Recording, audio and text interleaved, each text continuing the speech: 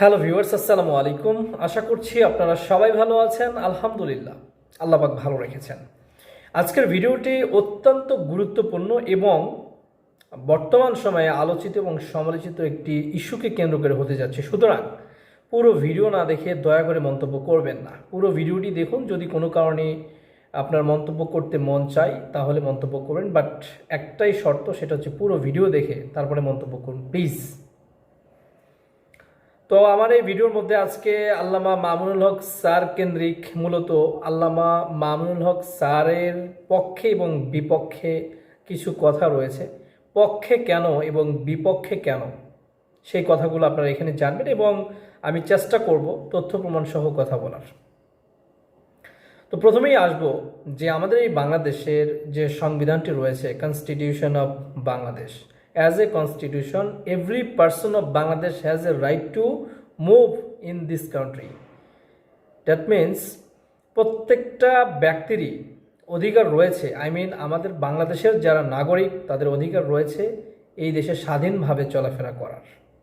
তো আল্লামা মামুনুল হক স্যার অবশ্যই বাংলাদেশের নাগরিক। এই জায়গাতে কিন্তু আমার মনে হয় যে আপনারা কেউ দ্বিমত পোষণ করবেন না বা সন্দেহ প্রকাশ করবেন না। সো সে বাংলাদেশের নাগরিক হিসেবে যে কোনো জায়গাতে যেতে পারে। সে সোনারগাঁয়ে যেতে পারে, রয়্যাল রিসোর্টে যেতে পারে, আরও বিভিন্ন জায়গাতে যেতে পারে। আচ্ছা, আল্লামা মামুনুল হক স্যার কি মানুষ? অবশ্যই মানুষ, আমাদের মতোই মানুষ। তাহলে আমরা যদি সব জায়গায় যেতে পারি, আল্লামা মামুনুল হক স্যার কেন যেতে পারবেন না? অবশ্যই যেতে পারবেন, তার অধিকার রয়েছে। নেক্সট যে বিষয়ে আসব, রয়্যাল রিসোর্টের যে ভিডিও ফুটেজ সামাজিক যোগাযোগ মাধ্যমগুলোতে এসেছে, সেখানে যে বিষয়টা দেখা গেল যে তাকে প্রচণ্ড রকমের ডমিনেট করা হচ্ছে।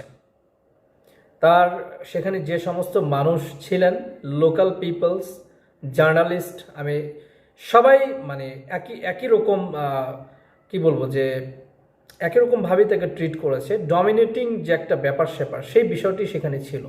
আমি বলবো যে তার পাশে দাঁড়ানোর মতো কেউ বা তাকে প্রোটেক্ট করার মতো কেউ ওইরকম কাউকে ওইভাবে দেখা যায়নি। একজন ছিল, আমি দেখলাম, যতটুকু সম্ভব চেষ্টা করেছে। তো এই যে একটা আক্রমণাত্মক ব্যাপার স্যাপার, এটা কেন, হোয়াই? যদি আল্লামা মামুনুল হক স্যার যদি আমাদের এই বাংলাদেশের একজন নাগরিক হয়ে থাকেন, তাহলে সে তো যেতেই পারেন। তাহলে এখানে এই রকম আক্রমণাত্মক মন মানসিকতা নিয়ে তাকে কেন আক্রমণ করা হলো? That's the fact. নেক্সট যে বিষয় আমি বলবো, ওখানে সাংবাদিকরা তাকে যে ধরনের প্রশ্ন করছিলেন, নিজেকে মনে হচ্ছে what is this, what they are, what types of question was that, এমন একটা অবস্থা যেটা বলার বাইরে। তারপরে তাকে জিজ্ঞেস করা হয়েছে তার স্ত্রী সম্পর্কিত কিছু তথ্য। সে যেভাবেই হোক বলেছে, চেষ্টা করেছে বলার। সেই জায়গাতে আমরা যারা মুসলমান আছি তারা অবশ্যই আর কিছু না হোক কসমে কিন্তু বিশ্বাসী। কসম করে এরকম একজন হুজুর বা ইমাম বা ইসলামিক লিডার যখন কসম করে কোনো কথা বলে, সেই কথাকে প্রায়োরিটি না দিয়ে কোনো উপায় নেই। সে কিন্তু এই কথাটিও বলেছে সেখানে। তারপরেও আমরা তাকে বিশ্বাস করলাম না। সেখানে সর্বশেষ যে বিষয়টা হলো যে তার গায়েও কিন্তু হাত দেওয়া হয়েছে। তার গায়ে হাত দেওয়া হয়েছে, অশ্লীল ভাষায় তাকে গালিগালাজ করা হয়েছে। শত ব্যাখ্যার পরেও এরকম প্রেশার ক্রিয়েট করা, ঠিক এরকম একজন ব্যক্তির ওপরে পার্সোনালি আমি মনে করি যে এটা কোনোভাবেই ঠিক হয়নি বা সমীচীন হয়নি। আমরা যদি এখানে আমি রুল অফ লর কথা অবশ্যই নিয়ে আসব, আইনের শাসন। আমাদের এই বাংলাদেশে আইনের শাসন কতটুকু প্রতিষ্ঠিত, এখানে কিন্তু একটা প্রশ্ন থেকে যায়।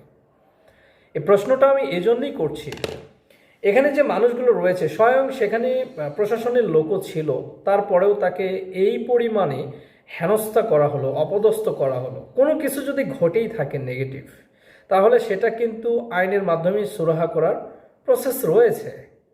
তাহলে সেখানে আম জনতা বা কোনো একটা গোষ্ঠী বা মহল বা যারা তাকে ডমিনেট করতে চায় তারা এই জায়গাতে যে পরিমাণ বিশৃঙ্খলা তৈরি করেছে বা যে পরিমাণ গালিগালাজ বা মারধরের পুরোপুরি বিষয়টা না আসলেও হাতাহাতি হয়েছে, আবার দাড়ি ধরে টানাটানি, it's very very unfortunate I think.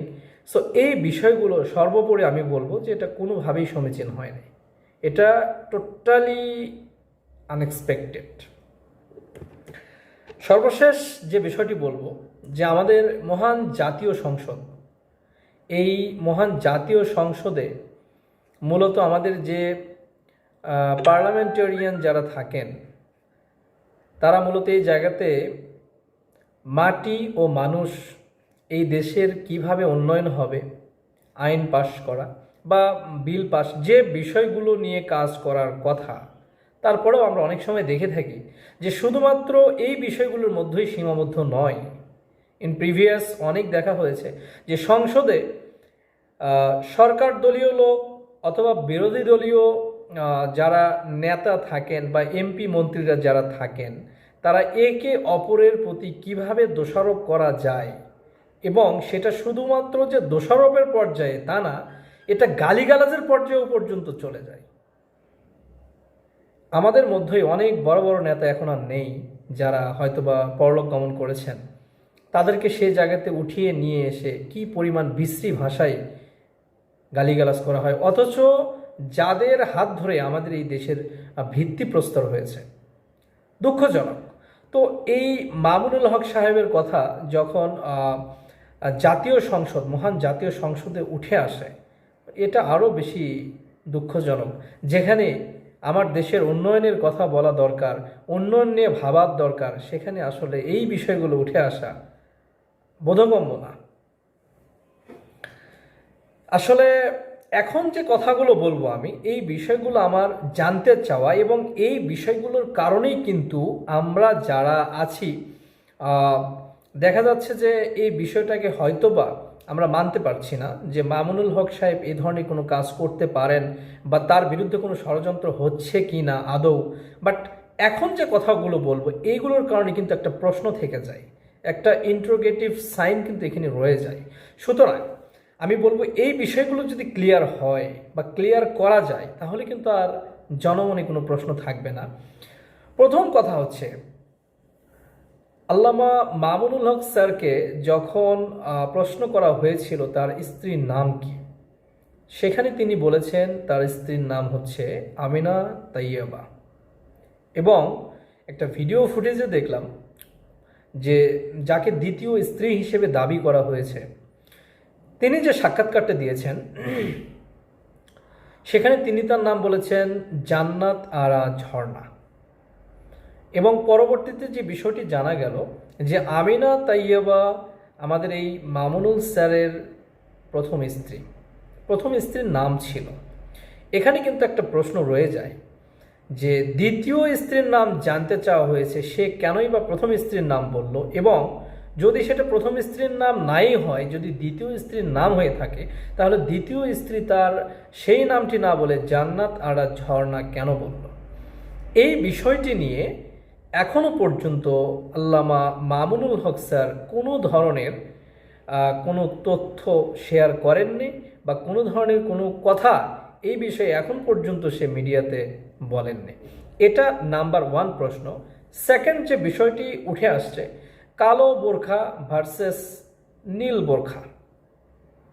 তো এখানে যে বিষয়টি উঠে আসছে যে মামুনুল হক স্যারের সাথে তার সহধর্মিণী যে ছিলেন তার বোরখা নাকি ছিল কালো, আর পরবর্তীতে যার স্টেটমেন্ট নেওয়া হয়েছে তার বোরখার কালার হচ্ছে নীল। তো নীল বোরখাধারী মহিলা যদি মানে মামুনুল হক স্যারের ওয়াইফ না হয়, তাহলে স্বভাবতই যে বিষয়টি হয় কালো বোরখা, যেটা সবাই দাবি করছে।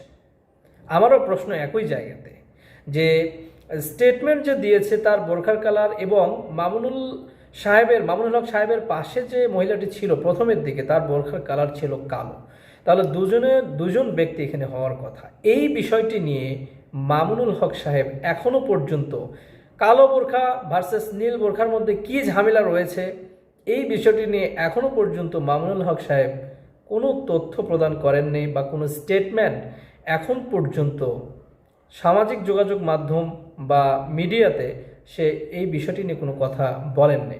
কেন বলেননি এটার ব্যাখ্যা তো শুধুমাত্র তারই জানার কথা, সেই ভালো জানে।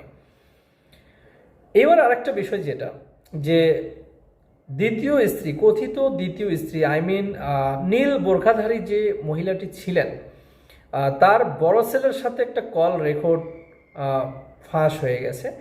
এই কল রেকর্ডে সেই বড় ছেলে অনেক কিছু বলেছে এবং শুধু কল মানে মানে অনেক কথাই বলেছে এই জায়গাতে। তার মাকে সে বিভিন্ন ধরনের প্রশ্ন করেছে এবং শুধু তাই নয়, এই ছেলেটির একটা ভিডিও সামাজিক যোগাযোগ মাধ্যমে ভাইরাল হয়েছে, যেখানে আল্লামা মামুনুল হককে বিভিন্নভাবে তার প্রতি বিভিন্ন অভিযোগ এই ছেলেটি সেখানে উপস্থাপন করেছে। তো এই বিষয়টি নিয়েও কিন্তু এখনো পর্যন্ত আল্লামা মামুনুল হক স্যার কোনো স্টেটমেন্ট মিডিয়াতে প্রদান করেননি। কেন? এখানে কিন্তু আবারও বলছে যে ইন্টারোগেটিভ সাইন কিন্তু এই জায়গাতে রয়েছে। আর আরেকটা বিষয় যেটা,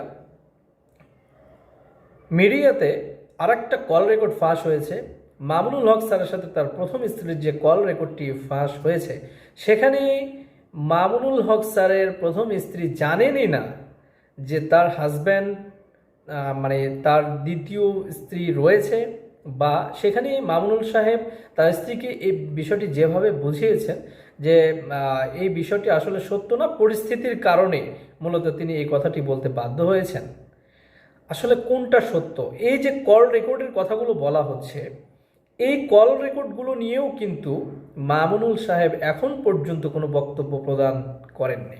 এখন যারা মামুনুল ভক্ত রয়েছেন, মামুনুল হক স্যার ভক্ত রয়েছেন, তারা এই বিষয়গুলোর কারণে স্ট্রংলি কোনো কিছু বলতে পারছে না।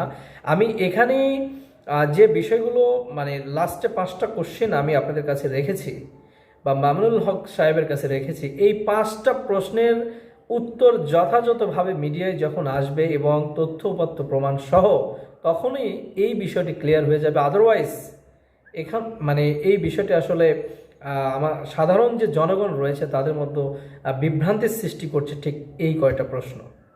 আবারও বলছি যে আমাদের দেশে আইন আছে, আইনের প্রয়োগ রয়েছে। কোনো প্রবলেম হলে সেটা সমাধান করার দায়িত্ব কার? আইন শৃঙ্খলা রক্ষাকারী বাহিনীর। সেখানে যে সমস্ত মানুষজন এই জায়গাগুলোতে থেকে এই মানুষটাকে অপমান অপদস্থ করার চেষ্টা করেছে, তারা হয়তোবা মোটেও এই কাজটি ঠিক করেনি। আজকে মামুনুল হক সাহেবের জায়গায় যদি অন্য কোনো ব্যক্তি থাকতেন এই জায়গাতে, তাহলে হয়তো বিষয়টি এরকম নাও হতে পারত। তো সেই ব্যক্তিও বাংলাদেশের নাগরিক, মামুনুল হক সাহেবও বাংলাদেশের নাগরিক। সুতরাং যেটাই ঘটুক না কেন, যদি কোনো কিছু নেগেটিভ হওয়ার অপরচুনিটি থাকে, তাহলে অবশ্যই কিন্তু এই জায়গাতে আমি মনে করি এই জায়গাতে আইন শৃঙ্খলা রক্ষাকারী বাহিনী একটা কার্যকর ভূমিকা রাখতে পারত। একটা মানুষকে এভাবে মারধর করা, হেয় করা বা গালিগালাজ করা, এটা মোটেই কোনোভাবেই সমীচীন হয়নি। সুতরাং পরিস্থিতি এখন যে জায়গাতে দাঁড়িয়েছে, আপনারা সামাজিক যোগাযোগ মাধ্যমে যারা দেখছেন যে এই বিষয়টি নিয়ে কিন্তু ব্যাপক আলোচনা এবং সমালোচনা চলছে। তো ঘটনা যেটাই হোক না কেন, সত্য আজ হোক কাল হোক অবশ্যই বেরিয়ে আসবে। বাট আমার মনে হয় যে আমি লাস্টলি শেষের অংশে যে কিছু প্রশ্ন রেখেছি, এই কয়েকটা প্রশ্নের অ্যান্সার যদি সঠিকভাবে এই জায়গাতে আসে, তাহলে আর কোনো ধরনের কোনো সমস্যা জনমনে থাকার কথা না। সুতরাং এখনো পর্যন্ত যদি বলি, এই বিষয়টি কিন্তু একদমই অস্পষ্ট এবং পরিষ্কার না। এই প্রশ্নগুলোর অ্যান্সার যখন মিডিয়াতে আসবে তথ্য উপাত্ত সহ, তখনই বোঝা যাবে যে বিষয়টি কি। তো যাই হোক, আজকের ভিডিওটি আমি শেষ করছি। ভিডিওটি দেখে যদি কেউ কষ্ট পেয়ে থাকেন, আমি দুঃখিত। কাউকে কষ্ট দেওয়ার জন্য ভিডিওটি তৈরি করা হয়নি। সর্বপ্রথমেই বলেছি, আবারও বলছি, আমরা যারা ইসলাম তারা ধর্মভীরু, আমরা যারা মুসলিম তারা ধর্মভীরু। ধর্মের ওপরে আসলে আমাদের কাছে আর কোনো কিছুই নেই, কিন্তু যেটা অন্যায় সেটা অন্যায়, এর ওপরেও আর কোনো কথা বলার নেই। তো আপনারা সবাই ভালো থাকবেন, সবার জন্য অনেক অনেক দোয়া এবং ভালোবাসা। আল্লাহ পাক সবাইকে ভালো রাখুক। বিদায় নিচ্ছি। আসসালামু আলাইকুম।